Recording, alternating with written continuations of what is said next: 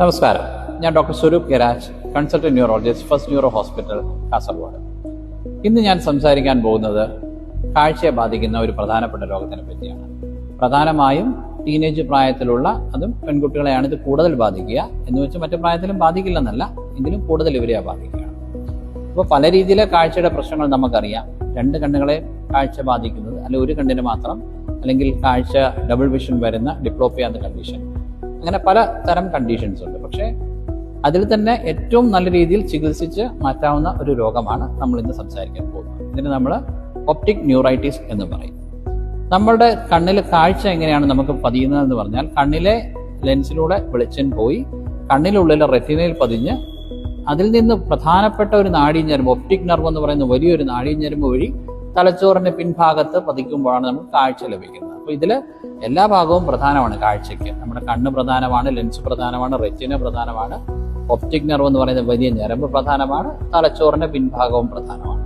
അപ്പൊ ഇത് കൊണ്ടുപോകുന്ന, കാഴ്ച കൊണ്ടുപോകുന്ന ഒരു ഇലക്ട്രിക്കൽ ലൈൻ പോലെ പ്രവർത്തിക്കുന്ന ഒപ്റ്റിക് നെർവിന്റെ രോഗമാണ് നമ്മൾ എന്ത് പറഞ്ഞ ഒപ്റ്റിക് ന്യൂറൈറ്റിസ്. അപ്പം പലപ്പോഴും ഒരു അണുബാധ, എന്തെങ്കിലും ഒരു വൈറൽ ഫീവറോ ഇൻഫെക്ഷൻസ് ഒക്കെ വന്നതിന്റെ ഒരു റിയാക്ഷൻ ആയിട്ട് പലപ്പോഴും ഒരാഴ്ച അല്ലെങ്കിൽ 2 ആഴ്ച കഴിയുമ്പോൾ നമുക്ക് ഒരു കണ്ണിന്റെ കാഴ്ച മങ്ങും. അതാണ് ഇതിന്റെ പ്രധാന ലക്ഷണം. അപ്പം കാഴ്ച മങ്ങുക ഒരു കണ്ണിന്റെ. പലപ്പോഴും ചെറിയൊരു കണ്ണനക്കുമ്പോൾ ഒരു വേദന കാണുന്നല്ലാതെ ശക്തമായ വേദനയൊന്നും ഇതിന്റെ കൂടെ കാണാറില്ല. അപ്പം ഈ ഒരു ഏജ് ഗ്രൂപ്പ്, ടീനേജ് ഏജ് ഗ്രൂപ്പിലുള്ള ആളുകൾക്ക് പെട്ടെന്ന് ഇതുപോലെ ഒരു കണ്ണിന്റെ കാഴ്ച മങ്ങുമ്പോൾ ഈ ഒപ്റ്റിക് നെർവ് എന്ന് പറയുന്ന ഈ ഞരമ്പിന്റെ വീക്കം മൂലമുള്ള അസുഖമായിരിക്കാനുള്ള സാധ്യത വളരെ കൂടുതലാണ്. അപ്പോൾ ഇങ്ങനെ ഒരു പ്രശ്നം ഉണ്ടായാൽ നമ്മളത് അധികം വൈകാതെ തന്നെ പെട്ടെന്ന് ഡോക്ടറെ കാണണം. എന്ന് പറഞ്ഞാൽ പലപ്പോഴും ഒഫ്താൽമോളജിസ്റ്റിന്റെ അടുത്തായിരിക്കും എത്തുക, എങ്കിലും ഇത് പ്രാഥമികമായിട്ടൊരു ന്യൂറോളജിക് രോഗമാണ്.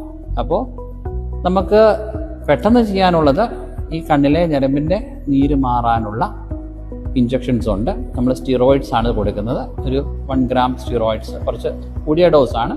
പലപ്പോഴും കാഴ്ചയെ രക്ഷപ്പെടുത്താൻ വേണ്ടിയിട്ടാണ് അത്ര ഒരു കൂടിയ ഡോസിൽ നമ്മൾ സ്റ്റിറോയിഡ്സ് കൊടുക്കുക. 5 ദിവസത്തോളം അതിൻ്റെ ഇഞ്ചക്ഷൻ കൊടുത്താൽ പല കേസുകളിലും ഇത് പൂർണ്ണമായിട്ടും നമുക്ക് കാഴ്ച തിരിച്ചെടുക്കാം. പിന്നെ ഇത് വെറും ഒരു ഇൻഫെക്ഷൻ്റെ റിയാക്ഷൻ ആയിട്ട് വരുന്ന ഒപ്റ്റിക് ന്യൂറൈറ്റിസ് ആണോ, അതോ വലിയ ഒരു ഓട്ടോ ഇമ്മ്യൂൺ രോഗം എന്നൊക്കെ പറയുന്നത് നമ്മുടെ പ്രതിരോധ ശേഷിയുടെ ഒരു പ്രവർത്തനത്തിൻ്റെ വൈകല്യം കൊണ്ടുള്ള രോഗമാണോ എന്നറിയാനുള്ള ഏതാനും ടെസ്റ്റുകളും കൂടി ആവശ്യമായിട്ട് വരാം.